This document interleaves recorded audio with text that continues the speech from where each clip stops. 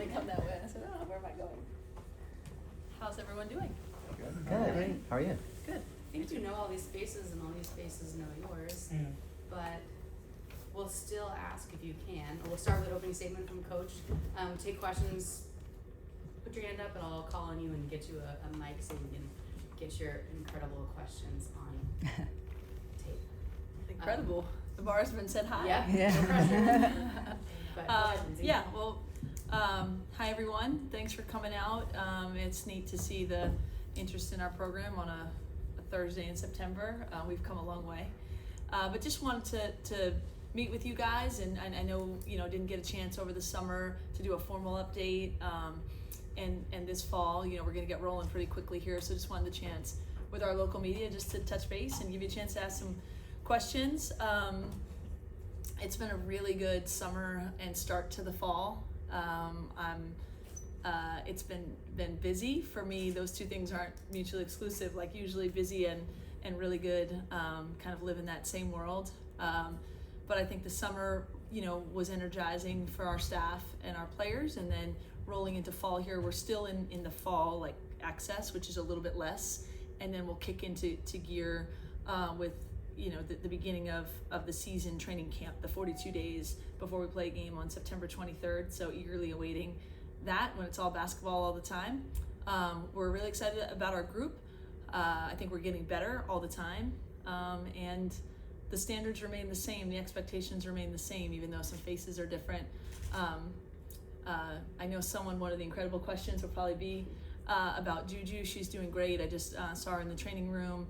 She was, with the team all summer, all fall, doing everything, around the team, that she can, but relative to her rehab schedule. So she's doing well. I don't have too much more to elaborate on that. It's a long process, and just trying to be here for her to make sure this time when she's not, able to play the game, that I'm still what she needs me to be, and that she's able to get everything out of this time to make her a better, stronger person and player. And I think she's really embraced that.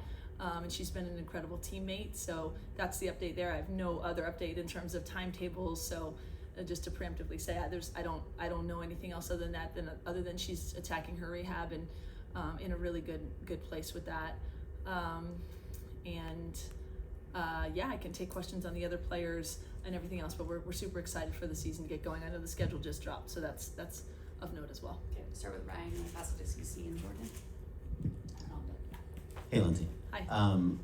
Knowing that you would be without Juju at least for a significant part of this season, how did that color just how you were able to build this team with transfers in the offseason? Yeah, I mean, obviously, the spring was just a lot going on, and I think that's just the nature of college athletics now, that in the spring or in the postseason, you're going to have to retool a bit, right? Our starting front court was in the WNBA this summer. How cool is that, right? Kiki, shout out to her all-star and all-rookie season, which is phenomenal. And equally proud of Rhea, who was on the Connecticut Sun roster all season, and when they practiced up here, her coaching staff and front office raved about her. So we knew we were losing, the starting front court, and then, became aware at the very end of the year that we're not going to have Juju for a while. So of course, and then we had a couple transfers. So of course it colors your approach to the off season. So we feel like we made the transfer portal moves with that in mind. We all have to be nimble and strategize, and I'm big on putting together the right pieces, not just taking whoever. And so obviously knowing, who we had coming back, and who we were not going to have, were all part of the decisions. We were very intentional about who we brought into this program, and I think we've done a great job with the right people and the right pieces to be as competitive as we can possibly be, and we're excited about that. Hey, Linz. Hey. With that being said, with the possibility of Juju not returning this season, what is this team going to look like on the court as far as style of play, pace of play, mentality? Can you elaborate on that a little bit? Yeah, I think, the goal has and remains to become the preeminent program in women's college basketball.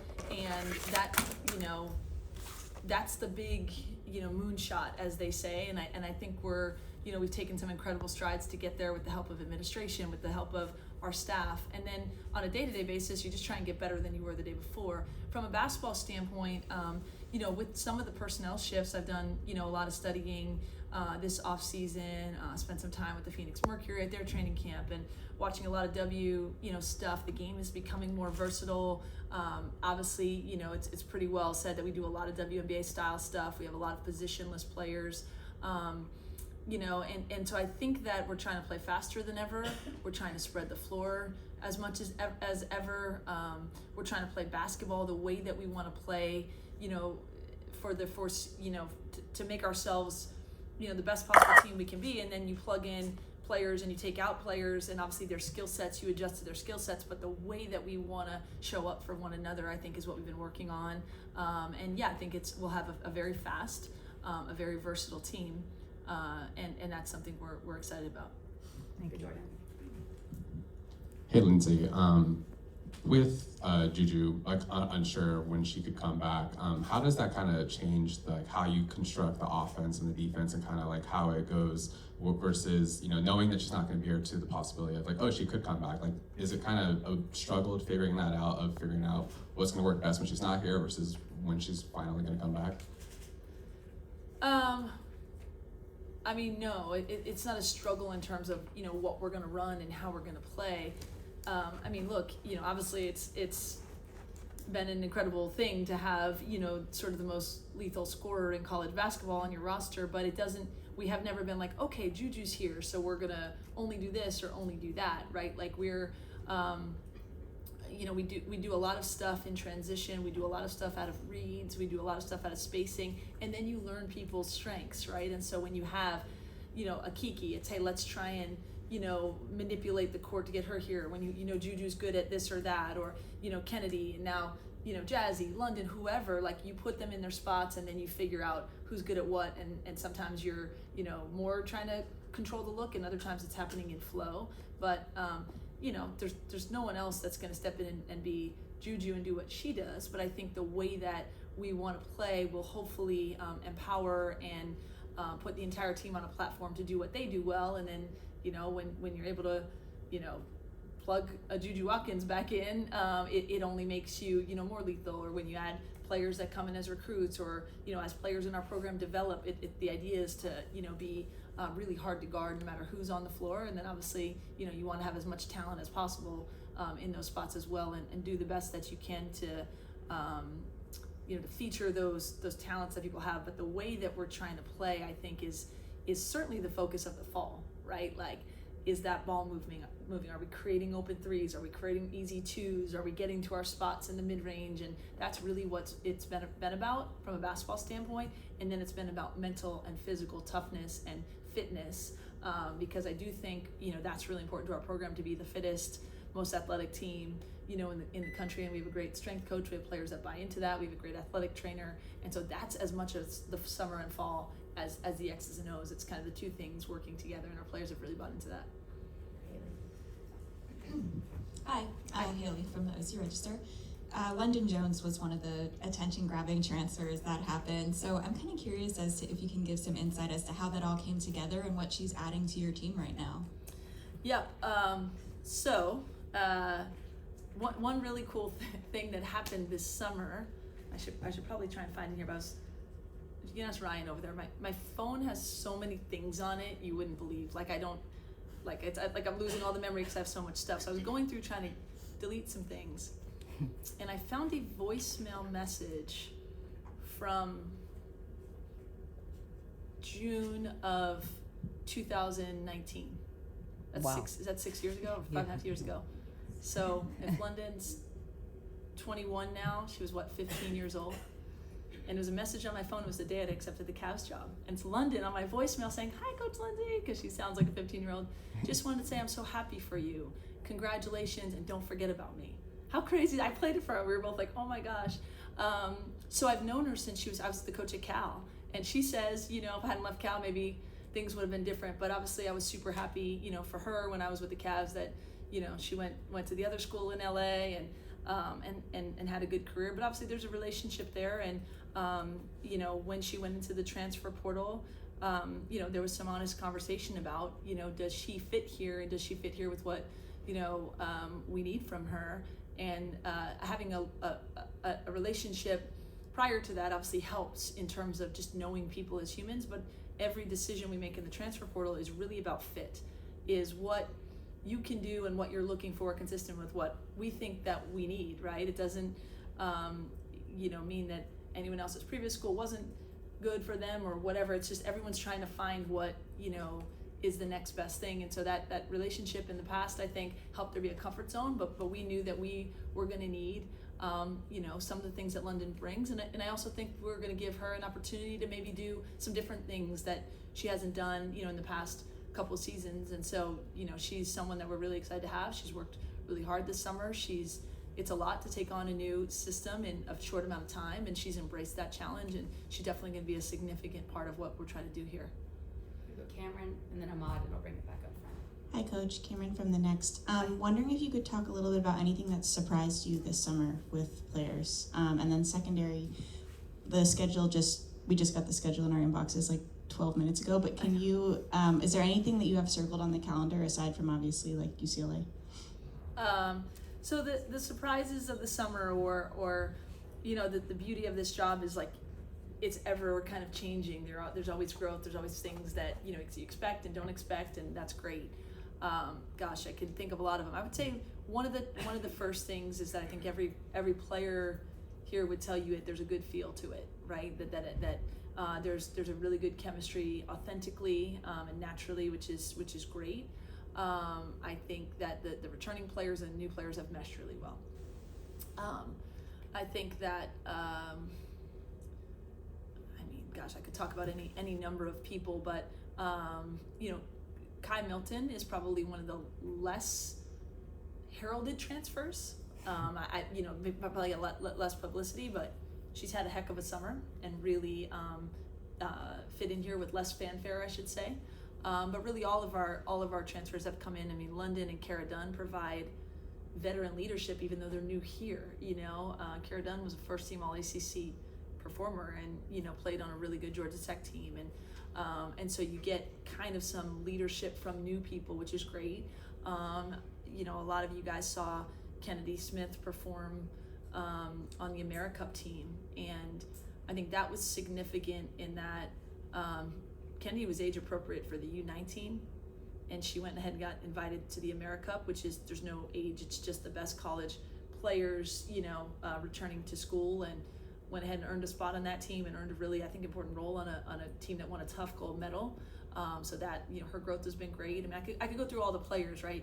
You know, Malia Samuels is a third-year player. Like, you don't see that often anymore, and so her growth has been amazing to see and exciting. And you know, obviously we have a pretty special freshman, you know, in Jazzy. So I would say the thing that's unique is that, you know, I'm really aware that, you know, Kiki was dominating in the W this summer, and Ray is on a W team, and we don't have Juju in practice, and yet we don't walk into practice as a staff and say, gosh, where's all of our talent, or where's all that production? It's, you know, to the credit of the people, they've created, you know, their own identity, and they're trying to keep the standards and expectations the same, but understanding we all got to pick it up a little bit, because there's a lot of, you know, good players who won a lot of games last year who they can't look at and rely on someone else. Like, you got to do it. So there's been a lot of really good moments. And then the schedule, I mean, you see it. We scheduled really hard. If you want to be one of the best programs in the country, you got to schedule like it. And some of the games even became, you know, a little harder as people picked up transfers and such. But I mean, not many people can say they're playing South Carolina, Notre Dame, and UConn. Two of those being the end of a home and home, and South Carolina being the beginning of a home and home. They're not at home, but at a marquee arena here, and then one the following year on their side, you know, of town, or their side of the country. And then with the Big Ten coming out, the Big Ten's hard, you know, and now we'll just flip who's home and who's away. Obviously, you know, the UCLA games always stand out, but I think, you know, we're going to have tough road trips. I think we proved last year that if you show up ready to play, it doesn't matter where you are. Got to do that again. The end stands out as being really difficult, where we go, you know, Ohio State, Penn State, right back for UCLA, right at the end. But really, there's hard games all around that we're excited, to prove ourselves ready to handle whatever comes. Hi, Lindsay. Hi. One of the most kind of unconventional additions that you guys had was Gerda Yep. from Lithuania. Yep. How did that come about, and what kind of drew you to her game, and what she can do for this team? Yeah. So I'm sure most of the time we'll just refer to Gerda, but I'm I promised her I would say Raul Shatite. That's pretty good. I think that's pretty good, but you can check me on that when she says it. Again, when constructing the team, we knew that size and the front court was going to be important. I don't think any of us, said, okay, we have to go, find one person to give us 18 and 10 like Kiki, but I think as a group, we need, production in different ways. And we felt like going overseas and getting someone who had a lot of experience while she's new here. She's 21 years old. She was the Lithuanian Player of the Year, on the male side. It was Domantas Sabonis, right, like for their national team. And so, she's a little different probably than our other front court players. She's experienced, she's skilled. While everything will be new for her, I don't think she'll be afraid of the competition or whether it's physicality or skill. So we thought that was really important to go get, one more post player, and overseas felt like the thing that made the most sense for us given the rest of our roster. But we're also really excited.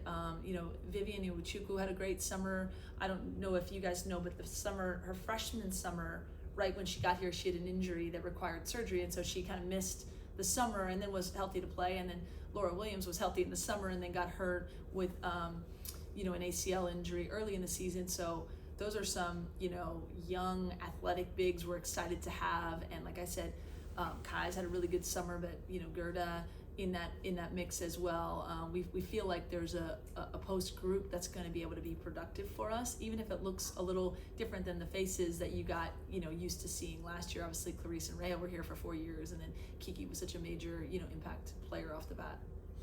Keely, just go on down line. Keely, back. Hi, Coach. I know each season is its own, but I was curious how you reflect on last season and what you take into this season based off of learning lessons and whatnot.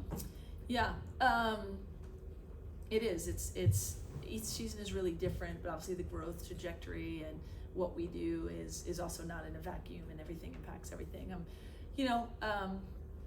Last year was really remarkable in a lot of ways, and I think back now and the amount of pressure and the amount of expectation and the amount of spotlight that was on that team from this time on, really without a break from that.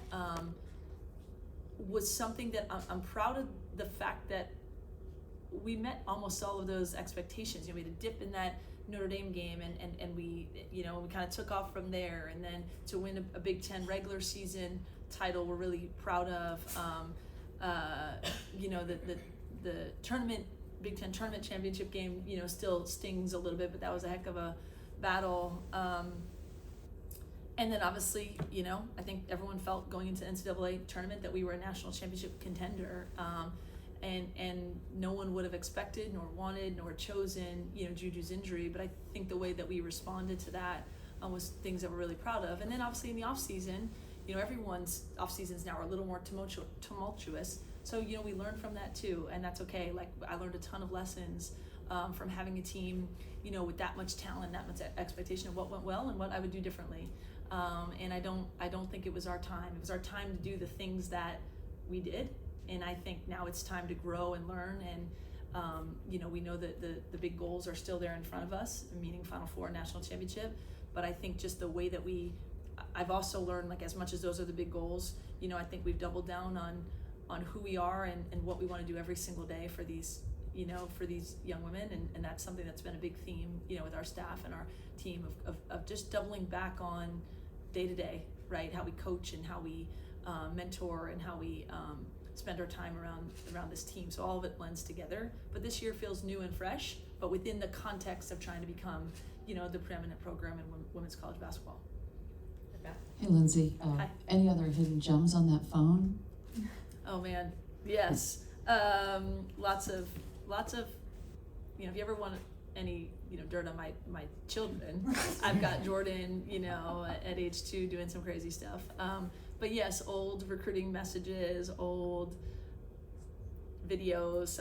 I'm not very good at getting rid of it. So nothing was better than the London message though. That was a good one. So you're kind of a hoarder when it comes to on the phone. I'm a phone thing? minimalist, like with stuff. Like I'm a minimalist, like I get rid of stuff at home. But for some reason, that phone storage thing, I have kept a lot of messages and things. So there's some good stuff on that, I'm sure. Over the years, a lot of players who've been forced out for long periods of time because of major injuries then kind of sit and watch, and they find that really brings out a whole other dimension in their game, their knowledge, just a whole lot of things. Do you foresee that with Juju as well?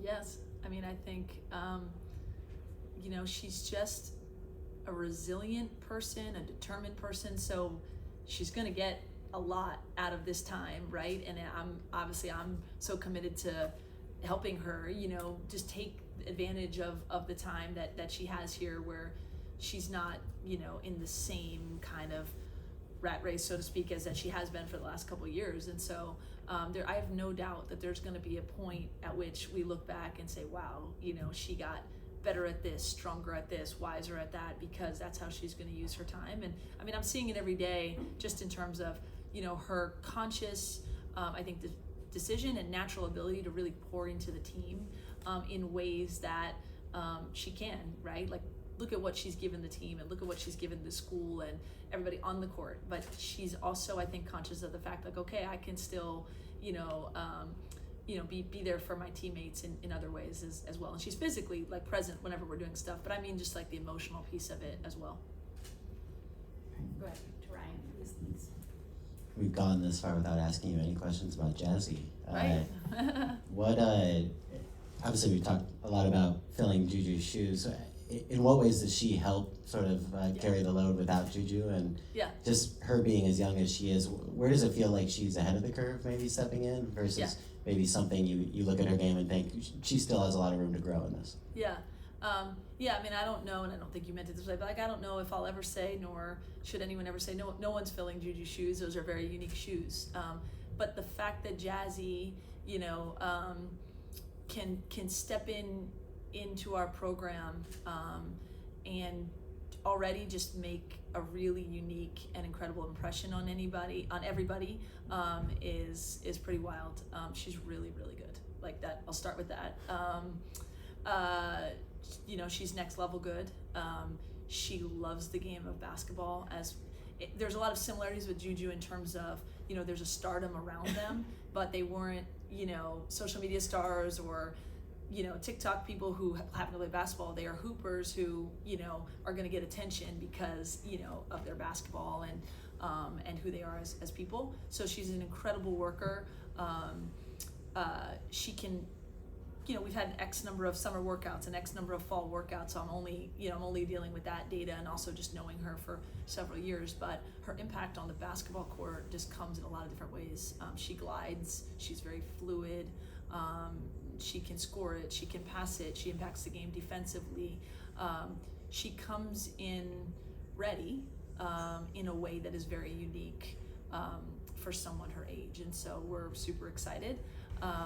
We know that we've got something special with her, but also, it's within the fabric of the team that we're trying to create something together. That's to CC. Just gonna go out straight down. Hey Lindsay, Hey. again. You touched on Kara a little bit, but I still think she's flying under the radar. Can you talk to us about her impact, what she's going to bring to this team? And then second, defensively, we have a lot of defenders on this team, a really good defensive guard set. Can you talk about how this team is going to be defensively this year compared to last year, from what you've seen so far? Yeah. Kara is terrific. She's been a little banged up this summer. Nothing kind of major, but we haven't necessarily had her in live play as much, but she's mature. She's really understands the game. for having not gotten maybe as many reps as other people in the summer. She knows exactly what's going on and can step in. She shoots the ball really well. She's big and athletic. She's very efficient. She's a good offensive rebounder. I mean, if you study the film or the numbers from her time at Georgia Tech, just a really impactful player. It's also interesting. You know, we all sit around with colleagues recruiting, and like you said, for whatever reason, it doesn't matter to me what people think, but I don't think it got like a ton of hype as a transfer. But the people who know, and half the the ACC came over to me and was like, oh my gosh, that's the kid right there. She's really good. And so we know that she's going to be an important part of what we're doing. She's been a joy. I think she's got a really mature leadership voice for us. She's kind of one of the mother hens on the team. I know was having people over this summer to watch. What was the show that they were all like so into? Love Island. Now what's the other one? This summer I Became Pretty. That one, like that's a big one. Like they're all doing, she and Malia, really kind of I think just getting the team together. So yeah, she's been great. And then you mentioned defensively, and another name we haven't said a lot of is Kennedy Smith, who's just been terrific, and I think you'll see she's embracing a lot more for us than just defense, but. I mean, I'll say it here now. I don't know if it's like I'm starting my case, but I don't know if there's a better defender in the country than Kennedy Smith. I don't care who gets what vote. I don't know the stats or whatever, but so defensively, if you're on a team with Kennedy, you want to play even better defense, but Kara's a good defender, and Malia and London can get after it. You're talking about the perimeter players, and Jazzy's really good on the defensive end too, and we've had a lot of length with Diana Mendez, who's a transfer who can get on that wing, and that's just the guards. I think we've got bigs who can fly around and do some things. So I think a lot of our identity this year will be defensively for sure. Jordan. Thank you. Forgot to introduce myself. Jordan Mendoza at USA Today. You mentioned Kennedy, and I wanted to ask you, like last season, it just seemed like she kept growing game after game after game and really just became a leader on the team. So how have you kind of seen her take on that leadership role, especially, how strong she is defensively, but also even becoming even stronger offensively as well? Yeah, I mean, we've had a lot of conversations about it. I mean, I think, the leap from freshman to sophomore can be huge she was terrific her freshman year, and was invaluable on a team that I think kind of winning as many games as we've won is not easy, and I think some of the young ones like maybe didn't realize like that was their first experience with college basketball. Like when we went 29-2 in the regular season, like that doesn't just happen, right? So she was really impactful there, but a lot of our conversations were about taking the next step, and for her, she does have tremendous leadership capability. And so like that's been something I've challenged her on, and she's taken on that challenge of just kind of day in and day out being a voice, being a consistent, leader. And then offensively, she can impact a game in so many ways. And so I think we've had some really good conversations about just putting her in different positions. I think she can really score, but I think she can also impact the game, just getting the ball in her hands, and she's just going to make the right play. It might be a pass, it might be a hockey assist, it might be, scoring in the paint, it might be scoring from three. But there's a lot of different ways I think we can utilize her, and it just comes with that growth of being from sort of like a freshman who's really thrown in the fire in critical situations to now being a sophomore that we're going to put more on your plate in terms of bringing others along and being a leader. And I think she really is ready for that, and that's going to be an exciting thing for us as well. But she's a special player. Timothy Parker, Spectrum Networks, LA, excuse me. You mentioned last year the intensity that was on the team, all the eyeballs. But this roster is still loaded this year, even with Juju on the show for a while. Are your expectations just as high as they were last year, just without like all the madness that was surrounding it? How do you feel about the roster, even without Juju right now? Yeah, I think it's even more important, I think, on a day-to-day basis. What I've learned and decided is just to focus on the championship level standards every single day. We've talked with the team. I think externally, the expectations will be less. I don't care, but I haven't seen us in a lot of people's, polls or, predictions, and good, right? Good. We'll figure out a way, I hope, to overperform. But with the team, right, it's about our standards are going to be the same. You know, we're going to find a way. We have to find a way to play an elite level of basketball. I think, you know, there's probably going to be some people who are focused on the future, and we're really excited about our future. You know, we can't really comment on it, but we know we got people coming in, and Juju's going to be back at some point, but I'm not. I would do a disservice to this group right now if we weren't coaching the heck out of them right now and saying these are the goals and these are the standards today. And I think this team is going to really embrace that. And you're right, we have a lot of pieces and we have a lot of talent. And it's going to look, it has to look a little different than last year because there's a lot of different faces. But I think this team is going to be hungry to do something together. And yeah, our goals remain the same. And I told them, we put a schedule in front of us. This is not, you know, prep for some future year. You know, this is for the right here and right now, and we'll attack it, and we'll, you know, hopefully achieve what we're destined and capable of achieving. Last question here with Haley. So not only are you playing South Carolina, but you're also playing them at Crypto and on Fox. And we know women's college basketball has been on the scene and in the spotlight for quite some time, but does this seem like an especially big opportunity? Absolutely. You know, I think those of us who kind of have these chances recognize, you know, the platform that we have and trying to take advantage of it. And so when the organizers of that game, I think a lot of people were interested in like the real SC kind of conversation. And obviously so much respect, you know, for Dawn Staley and, you know, and her program. And so would have probably wanted to play them one way or another, but to get a organizer who said, no, we can put this game in Crypto.